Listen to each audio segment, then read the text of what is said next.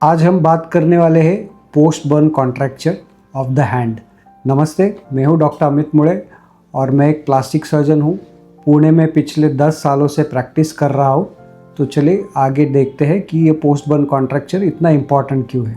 बहुत लोगों को लगता है कि एक बार अपना बर्न का वुंड हील हो गया तो उसके बाद उसका ट्रीटमेंट ख़त्म हो गया, पर वैसे बिल्कुल नहीं है। असली खेल तो आपके हीलिंग के बाद शुरू होता है। देखो, होता ऐसे है कि जब भी आपका बर्न हील होता है और इसके हीलिंग के बाद जो नई स्किन बनती है, या तो वो अपने आप आई हुई नई स्किन हो या उसे सर्जिकली स्किन ग्राफ्टिंग के द्वारा आई गई नई स्किन हो, उसमें होता ऐसे है कि उसके अंदर फाइब्रोसिस शुरू हो जाता है। फाइब्रोसिस क्या होता है? फाइब्रोसिस होता है आपके जो बॉडी में फाइब्रोब्लास्ट करके सेल रहते हैं वो वहाँ पे आते हैं, वो नया कोलेजन वहाँ पे डिपॉजिट करते हैं। उसमें बस दिक्कत ये होती है कि ये जो फाइब्रोसिस होता है, बर्न के बाद आने वाली ये जो नई स्किन के नीचे फाइब्रोसिस होता है, इसके कारण आपकी जो स्किन है उसकी इलास्टिसिटी, जो नॉर्मल स्किन की इलास्टिसिटी जो है वो निकल जाती है। वो जो फाइब्रोटिक स्किन रहती है वो थोड़ी सी सख्त रहती है, थोड़ी सी टाइट रहती है, और उसमें इलास्टिसिटी ना होने के कारण आपका जो जॉइंट मूवमेंट है वो रिस्ट्रिक्ट हो जाता है। और जैसे जैसे टाइम निकलता जाता है आपकी जो स्किन है वो सिकुड़ने लगती है और उसके कारण आपके जॉइंट्स के मूवमेंट अफेक्ट होने लगते हैं और उसी से आपको बर्न कॉन्ट्रैक्चर हो जाते हैं। ये टॉपिक मैंने क्यों चुना है, burn contracture specially of the hand? तो देखो, ये होता है कि हम जो ह्यूमंस है, हमको बाकी एनिमल्स से डिफरेंशिएट करता है हमारा हैंड।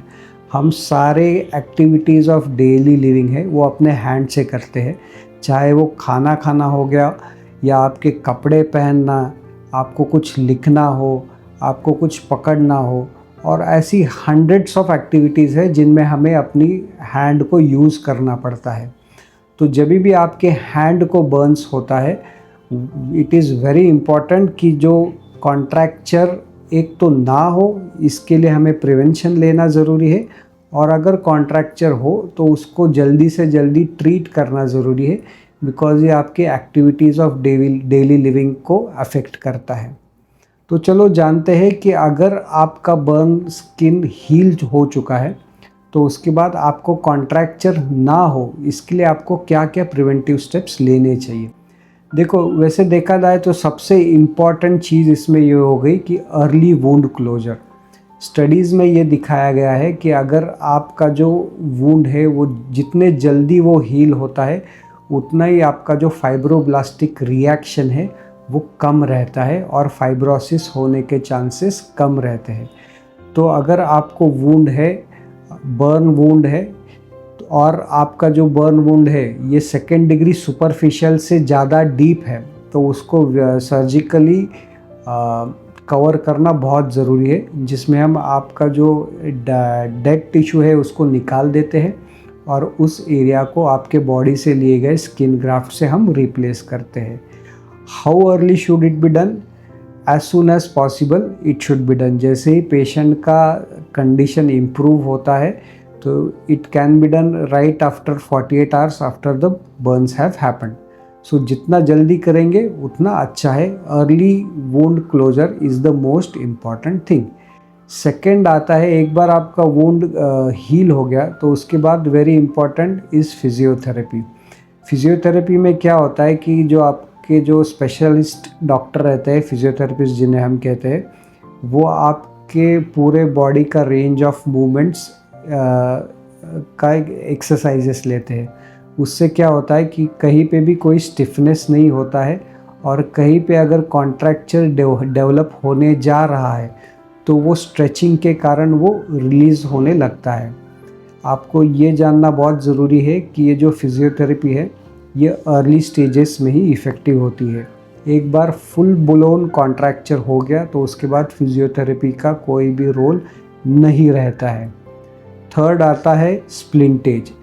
अब कुछ बॉडी के एरियाज़ ऐसे रहते हैं, स्पेशली हैंड, कि हमें उसे इस तरीके से स्प्लिंट करना होता है कि अगर कॉन्ट्रैक्चर बन भी जाए तो वो एक फंक्शनल पोजीशन में कॉन्ट्रैक्चर बन जाए।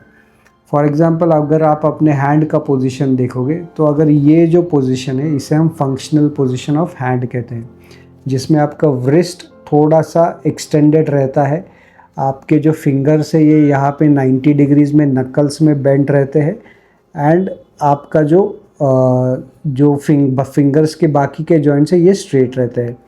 सिमिलरली आपका जो थंब है वो आपके फिंगर्स के साथ अपोजिशन में रहता है।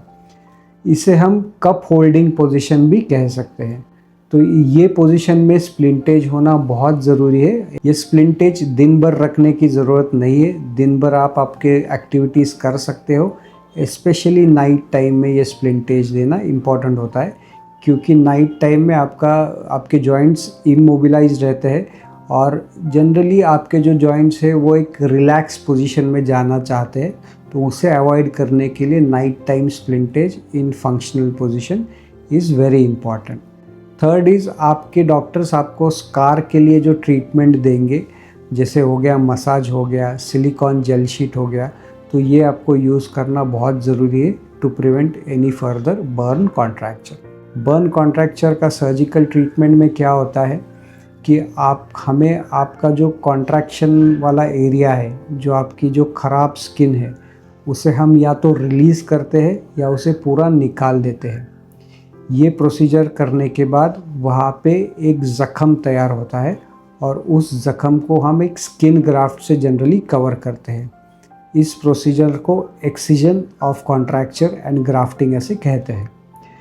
कुछ केसेस में हम अगर छोटा सा कॉन्ट्रैक्चर है, एक बड़ा छोटा सा लीनियर कॉन्ट्रैक्चर है, तो वो केसेस में जेड प्लास्टी या वीवाई प्लास्टी जैसे प्रोसीजर्स भी हम कर सकते हैं।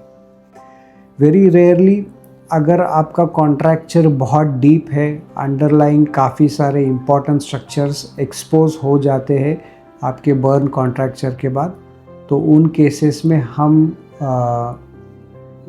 कॉन्ट्रैक्शन रिलीज़ तो करना पड़ता है, पर उसके बाद स्किन ग्राफ्ट करना पॉसिबल नहीं होता। वो केसेस में हमें फ्लैप करना पड़ता है। फ्लैप और स्किन ग्राफ्ट में थोड़ा सा डिफरेंस रहता है। स्किन ग्राफ्ट बड़ा छोटा सा प्रोसीजर रहता है, पतला रहता है। फ्लैप जो है वो थोड़ा लंबा चलने वाला मोर कॉम्प्लिकेटेड प्रोसीजर रहता है, और उस केस में वहाँ पे जो नई स्किन आती है ये थोड़ी सी मोटी होती है।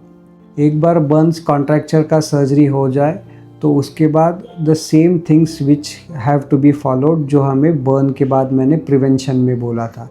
एक तो आपको फिजियोथेरेपिस्ट से मिलना है, आपको फिजियोथेरेपी करनी है, and how long does the physiotherapy go, तो आपका जो फिजियोथेरेपी है वो कम से कम 6 महीने तक चलेगा। आप फिजियोथेरेपी तो आपका चल रहा है, पर आपको स्प्लिंटेज भी यूज़ करना है। अगेन कौन से टाइप का स्प्लिंट यूज़ करना है वो आपके फिजियोथेरेपिस्ट और आपके जो सर्जन है वो आपको बोलेंगे कि आपको कौन सी तरीके का स्प्लिंट यूज़ करना है। एंड ये जो स्प्लिंटेज है ये आपको 4 से 6 हफ्ते तक यूज़ करना पड़ सकता है। कुछ केसेस में 3 महीने तक नाइट टाइम स्प्लिंटेज हम देते हैं। स्कार के लिए आपने क्या क्या करना है, तो आपको मसाज, वो स्कार को मसाज करना बहुत ज़रूरी है। आपके घर में जो भी चीज़ रेडीली अवेलेबल है, एनी ऑयल, एनी मॉइस्चराइज़र, उससे आपने मसाज करना है। मसाज आपको कितने बार करना है, तो आपसे दिन में कम से कम 5 बार मसाज करना है, और एक टाइम पे आपने 5 मिनट तक वो मसाज करना है। मसाज करने का एक तरीका होता है। तो फॉर एग्ज़ाम्पल अगर आपके पाम में अगर कॉन्ट्रैक्चर था और वहाँ पे अगर स्किन ग्राफ्ट किया हुआ है, तो आपने उसको पहले ऐसे स्ट्रेच करना है और उसके ऊपर दबा दबा के मसाज करना है। ये मसाज क्यों करते हैं? अगेन द सेम थिंग, जो नया कोलेजन वहाँ पे डिपॉजिट होगा उससे कॉन्ट्रैक्चर वापस हो सकता है, तो वो ना हो इसके लिए हमें वहाँ पे मसाज करके उसको लूज़न करना ज़रूरी होता है। बच्चों में कुछ चीज़ें अलग होती है, एंड चिल्ड्रन में burn contracture, specially the hand contracture अलग क्यों होता है और उसको बहुत ही मेटिकुलसली ट्रीट करना क्यों ज़रूरी है, इसके बारे में जानते हैं। देखो, छोटे बच्चों में ऐसे होता है कि उनका ग्रोइंग ईयर्स होता है, तो एक बार अगर कहीं पे उनका बर्न्स हो गया है around any of the joints, आप पकड़ो कि हाथ में कॉन्ट्रैक्चर हो गया अराउंड द जॉइंट, तो उसके बाद क्या होता है कि once the child starts growing, तो वो ग्रोथ के साथ उसके बाकी स्ट्रक्चर्स ग्रो होते हैं, पर वहाँ पे जो न्यूली फॉर्म्ड स्किन है और वहाँ पे जो या आपने एक स्किन ग्राफ्टेड स्किन है वो ग्रो नहीं होती। उसके कारण क्या होता है कि जो कॉन्ट्रैक्चर है वो दिन ब दिन बढ़ने लगता है और उसे ट्रीट करना बहुत ज़रूरी है।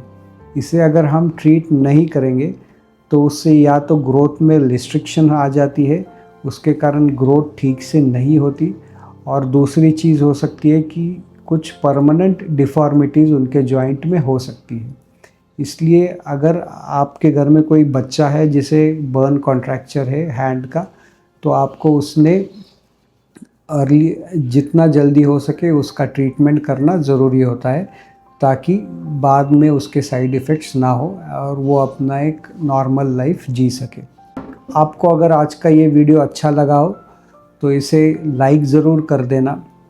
अगर आपको लगता है कि ये जो इन्फॉर्मेशन थी ये आपको बहुत हेल्पफुल थी, तो इस वीडियो को बाकी लोगों से शेयर ज़रूर करना। और कुछ ऐसे ही अगर आपको वीडियोस अच्छे लगते हैं प्लास्टिक सर्जरी के बारे में, तो मेरे चैनल को सब्सक्राइब ज़रूर करना। Thank you so much for watching.